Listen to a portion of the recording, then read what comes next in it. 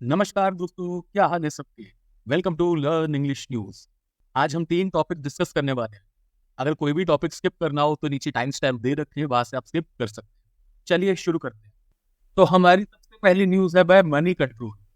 Millionaire entrepreneur Scott Galloway reveals the number 1 skill professionals need to thrive in the AI era. एक करोड़पति entrepreneur, एक businessman है कौन, Scott Galloway. उन्होंने एक पर्दाफाश किया। रिवील का मतलब होता है पर्दाफाश, या किसी चीज के बारे में जो है कोई सीक्रेट था उसके बारे में बताना। तो ये सीक्रेट क्या था? ये नंबर 1 स्किल है। ठीक है, कौन सी स्किल है जो आपके काम आएगी एआई की दुनिया में, एआई के जमाने में क्या काम आएगी? ये स्किल काम आएगी। चलिए देखते हैं कौन सी स्किल है। Scott Galloway, millionaire founder and marketing professor at New York university. जो ये एंटरप्रेन्योर है, ये मार्केटिंग के प्रोफेसर भी है न्यूयॉर्क यूनिवर्सिटी में। He has recently shared the one skill he believes all young people need. आजकल, रिसेंट का मतलब होता है अभी अभी, कुछ समय पहले। तो रिसेंटली उन्होंने क्या किया है, शेयर किया है किस चीज को, वन स्किल को। एक ऐसे स्किल जो हर यंग आदमी को, ठीक है, हर नौजवान को सीखनी ही चाहिए। क्यों सीखनी चाहिए? तो thrive in the work place एमिड competition from artificial intelligence. Thrive का मतलब होता है बढ़ावा देना या आगे जाके बहुत ही अच्छे से थ्राइव करना।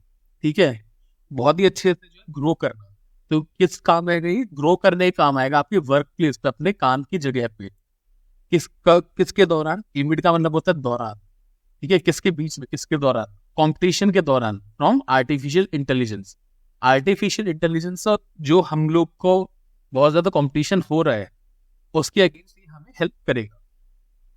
If I could give my 13 and 16-year-old one competence that I can think would stand the test of time, it would be storytelling. ठीक है, अगर मैं अपने 13 या 16 साल के बच्चे को एक कॉम्पिटेंस यानी कोई क्षमता, कोई योग्यता दे सकता, तो मैं कौन सी देता? Story telling. स्टोरी टेलिंग के अलावा वो और क्या चाहते हैं? वो चाहते हैं कि अगर आप ability to write well, ability to articulate ideas and an ability to present ideas with data. ठीक है, वो चाहते हैं स्टोरी टेलिंग के साथ साथ आपके अंदर किस चीज की क्षमता है, एबिलिटी किस चीज की है? अच्छा लिखने की, राइट वेल। ठीक है, राइट वेल मतलब अच्छा लिखने की क्षमता आए। और किस चीज की क्षमता है? Articulate ideas. आर्टिकुलेट का मतलब होता है किसी चीज को स्पष्ट तरीके से अपनी बात सामने रखना, साफ साफ बोलना। ठीक है, तो साफ साफ तरीके से अपने आइडियाज को प्रेजेंट करना, अपनी थॉट प्रोसेस को प्रेजेंट करना। ठीक है, और वो आइडियाज को डेटा के साथ प्रेजेंट करना, ये एक बहुत इंपॉर्टेंट एस्पेक्ट इनके हिसाब से है। The importance of story telling is particularly why young people shouldn't rely solely on generative artificial intelligence tool like ChatGPT. Not now, not ever. ये स्टोरी टेलिंग है, ठीक है, स्टोरी टेलिंग बहुत important है। क्यों है? क्योंकि इस जनरेटिव एआई पे आप पूरी तरीके से निर्भर नहीं हो सकते, ऐसा उनका कहना है। Another piece of advice Galloway shared for young professionals. एक दूसरी पीस ऑफ एडवाइस, ठीक है, एक और एडवाइस उन्होंने क्या शेयर की है? To be an expert in their field, यानी आप जो भी काम कर रहे हो उसमें नंबर 1 होने की पूरी कोशिश करो। It is a good way to become successful no matter what else happens around you, he said. यानी अगर किसी चीज में नंबर 1 हो तो आपके पास हमेशा नौकरी रहेगी। फॉर एग्जाम्पल, आप कोई भी सिस्टम हो, कोई भी चीज हो, ठीक है, अगर आप उसमें नंबर 1 है और उसमें एक भी नौकरी है तो नंबर 1 को ही वो नौकरी मिलेगी। इसलिए कोशिश करनी है आप जो भी करो बेस्ट उसमें बन जाओ। नेक्स्ट न्यूज पे चलते हैं। ये न्यूज है by Eco News. The largest renewable energy project in history fails. ठीक है, दुनिया का सबसे बड़ा लार्जेस्ट रिन्यूएबल एनर्जी का जो प्रोजेक्ट है वो फेल हो चुका है। रिन्यूएबल एनर्जी एक बार समझ लेते हैं हम लोग। रिन्यूएबल का मतलब होता है कोई भी ऐसी चीज जिसको रिन्यू की जा सकती है, ठीक है, दोबारा से इस्तेमाल किया जा सकते हैं। फॉर एग्जाम्पल, आपकी कोई मेंबरशिप है, तो मेंबरशिप क्या होती है? एक्सपायर हो जाती है, आप उसको जाके रिन्यू करवाते हो ना, रिन्यू, नया बन गया दोबारा से। तो ऐसे ही एनर्जी भी होती है, रिन्यूएबल एनर्जी, जिसके अंदर हम कितना भी खर्च कर लें वो दोबारा से बन जाती है।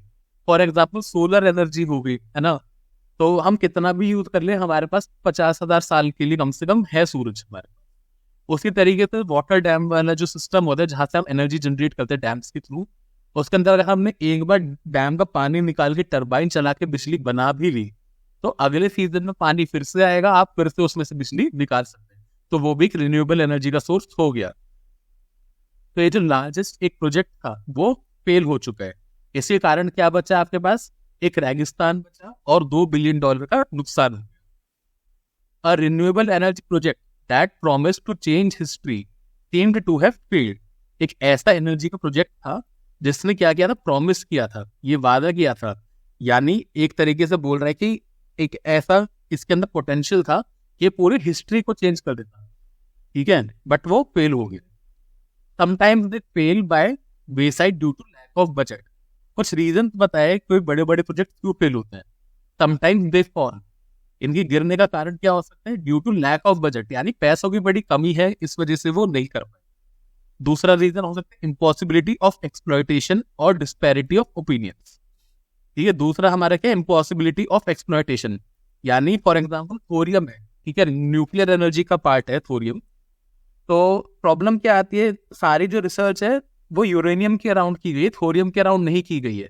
तो हालांकि थोरियम का इंडिया के पास बहुत बड़ा रिजर्व है, फिर भी थोरियम का इस्तेमाल करके हम लोग नहीं बना पा रहे बिजली, ठीक है, तो हम उसे एक्सप्लॉइट नहीं कर पा रहे। तो ये सेकंड रीजन हो गया, टेक्नोलॉजिकल इश्यूज के कारण हम एक्सप्लॉइट नहीं कर पा रहे। थर्ड हो गया disparity of opinions among agents involved. Disparity का मतलब होता है ऊंच नीच, यानी विभिन्नता, ठीक है, असमानता। तो असमानता किसमें, ओपिनियंस में, यानी मान के बारे में। तो जो भी हमारे स्टेक होल्डर्स है वो एक कंसेंसस पे नहीं आ पा रहे, ठीक है, एक विचार के ऊपर नहीं आ पा रहे, जिस कारण ये प्रोजेक्ट फेल हुआ। The latter is the problem that has let a renewable project with great potential to be on standby. Latter मतलब जो बाद वाला होता है, ठीक है, बाद वाला, सबसे बाद वाला कौन सा, डिस्पैरिटी ऑफ ओपिनियंस। ये बोल रहा है कि डिस्पैरिटी ऑफ ओपिनियंस यानी विचारों में असमानता के कारण हमारा ये प्रोजेक्ट अटक गया। The $2 billion 800 megawatt Noor Mudit first power plant was scheduled to start operating this year। यानी इस साल जो है इसका काम करना शुरू हो जाना चाहिए था, परंतु but construction has not even began, यानी इसका तो कंस्ट्रक्शन ही शुरू नहीं हुआ, जबकि इस साल तो इसका ऑपरेशन शुरू हो जाना चाहिए था। The delay began when the energy ministry and grid operator ONI rejected CSP technology. ठीक है, तो जो एनर्जी मिनिस्ट्री जो डिले है वो किसके कारण हो रहा है, एनर्जी मिनिस्ट्री और ग्रिड ऑपरेटर ओनी, इन दोनों के बीच में असमानता हो रही है विचारों। तो हुआ क्या है, सीएसपी एक टेक्नोलॉजी है सोलर पैनल की, तो सीएसपी की जगह वो लोग क्या कह रहे हैं, प्लांट जो फोटोवोल्टेक पे चलाओ, ठीक है, पीवी टेक्नोलॉजी का इस्तेमाल करो। तो पीवी टेक्नोलॉजी का फायदा ये होता है, ये सस्ता बहुत पड़ता है, ठीक है, इसको लगाने का खर्चा बहुत कम है, पर इसका प्रॉब्लम यही है, कैपेसिटी बहुत कम है इसकी स्टोरेज करने की।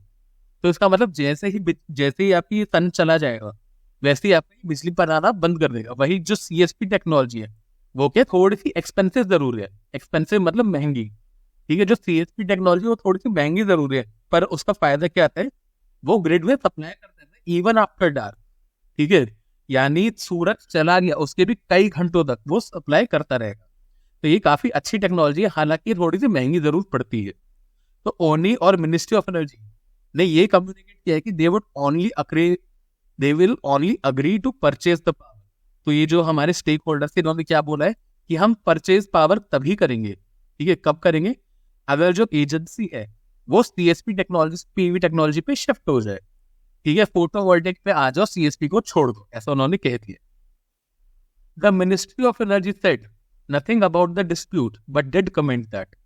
जो मिनिस्टर ऑफ एनर्जी है उसने फॉर्मली, ठीक है, औपचारिक रूप में कुछ कहा नहीं है इस बारे में, बट उन्होंने ये जरूर तथ्य दिया है कि हम जो टेक्नोलॉजिकली एग्नोस्टिक बनने की कोशिश कर रहे हैं।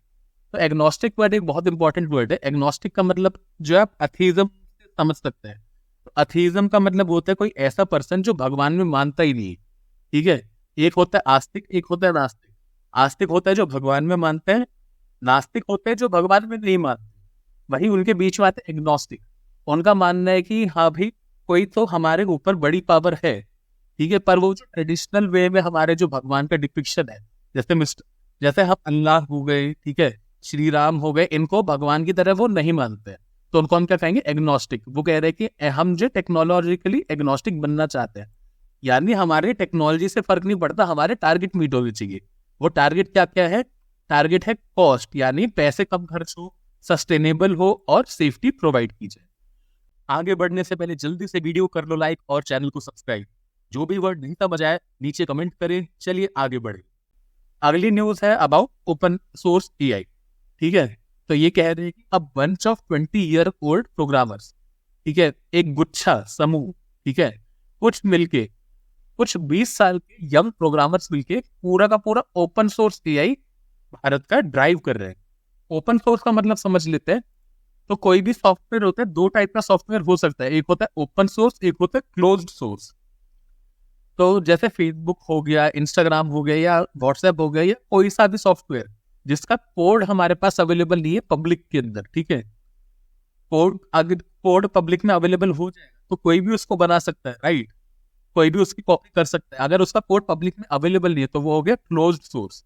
वही फेसबुक ने ही जो है अपना एआई का जो लामा मॉडल है उसको ओपन सोर्स कर दिया, यानी उसका कोड सबको प्रोवाइड कर दिया कि कोई भी इसका इस्तेमाल कर सकता है अपने हिसाब से, ठीक है। उसमें कोई लाइसेंसिंग का झंझट नहीं, कुछ नहीं है, आपको जो बनाना है आप बनाओ। तो वो क्या हो गया? Open source. ओपन सोर्स जो एआई है उसको कौन ड्राइव कर रहा है? हमारे youngsters. A lot of companies are trying to build their own language models. बहुत सारी कंपनीज खुद के लैंग्वेज मॉडल बनाने की कोशिश कर रही है। जैसे चैट जीपीटी होता है, ठीक है, तो चैट जीपीटी भी क्या है? एक language model, large language model है, यानी उसके अंदर बहुत सारे डेटा फीड किया गया था जिसके बेसिस पे वो आपको आंसर देते हैं। तो बहुत सारी कंपनीज खुद के लार्ज लैंग्वेज मॉडल बनाने की कोशिश कर रही है। वही कुछ जो है एग्जिस्टिंग को फाइन ट्यून करने की कोशिश कर रही है, यानी जो डेटा ऑलरेडी फीड है, ठीक है, ऑलरेडी बनाया है, उसमें थोड़ा सा अपने रिक्वायरमेंट के हिसाब से उसे ट्यून किया जा रहा है, उसमें बदलाव लाया जा रहा है, उसे कहते हैं फाइन ट्यून करना। तो कुछ कंपनीज तो खुद के मॉडल बना रही है, कुछ कंपनीज अपने फाइन ट्यून कर रही है एग्जिस्टिंग मॉडल्स को, और उससे क्या बना रही है? एंटरप्राइज सॉल्यूशन बना रही है, ठीक है। Most importantly, most of the new AI models in Indic languages are being built by engineers either in universities or just in their 20s. सबसे इंपॉर्टेंट बात, ठीक है, सबसे जरूरी बात क्या है? आप जो नए एआई मॉडल्स है इंडिक लैंग्वेजेस में, इंडिक का मतलब होता है भारत से रिलेटेड, ठीक है। तो इंडिक लैंग्वेज क्या हो गया? वो कोई भी लैंग्वेज जिसका ओरिजिनेट, जो शुरुआत कहाँ से हुई थी? भारत से हुई थी।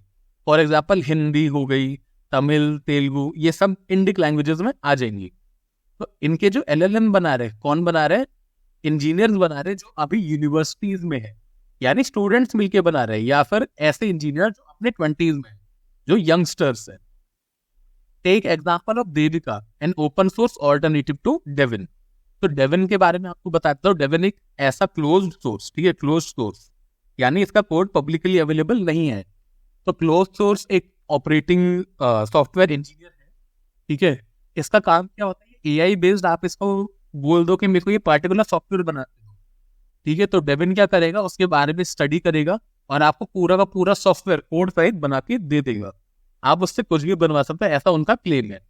तो डेविन तो क्लोज्ड सोर्स है, पर डेविन का जो ऑप्शनल है, दूसरा ऑप्शन क्या है? ओपन सोर्स ऑप्शन है देविका। उसको किसने बनाया? मुफीद बीएच ने, जिन्होंने इसको बनाया एज अ जोक। इन्होंने 20 घंटों के अंदर, ठीक है, it took him just 20 hours, 20 घंटों के अंदर ये पूरा प्रोजेक्ट बना दिया। Ever since Sam Altman visited India and spoke about the capabilities of OpenAI's model, ठीक है, ever since, जब से सैम ऑल्टमैन भारत में आए थे, विजिटेड इंडिया, भारत आए थे, and spoke about capabilities. Capability मतलब क्षमता, किसकी क्षमता? ओपन एआई की क्षमताओं के बारे में। कि the Indian AI community took it as a challenge to build the models by themselves, ठीक है। जब सैम ऑल्टमैन ने, बेसिकली मैं आपको बताता हूँ न्यूज क्या थी। जब सैम ऑल्टमैन इंडिया आए थे तो उन्होंने कहा था कि भारत के अंदर अभी इतना टैलेंट मैच्योर नहीं है, ठीक है, भारत के अंदर अभी इतनी हिम्मत नहीं है कि वो ओपन एआई को टक्कर देने वाले मॉडल कभी बना पाए, या चैट जीपीटी जैसा कुछ बना पाए जिसके ऊपर इंडियन एआई कम्युनिटी की ठनक गई। उसके चक्कर में टेक महिंद्रा ने भी काफी सारे प्रोजेक्ट्स लॉन्च किए जिसमें वो ओपन एआई को टक्कर देने के लिए खुद के मॉडल बना रहे हैं। वही आईआईटी बॉम्बे भी खुद का भारत जीपीटी लॉन्च करने वाला। Thank you for watching this video till the end. मिलते हैं आपसे अगली वीडियो में। जय हिंद, जय माता दी, वंदे मातरम, बाय बाय।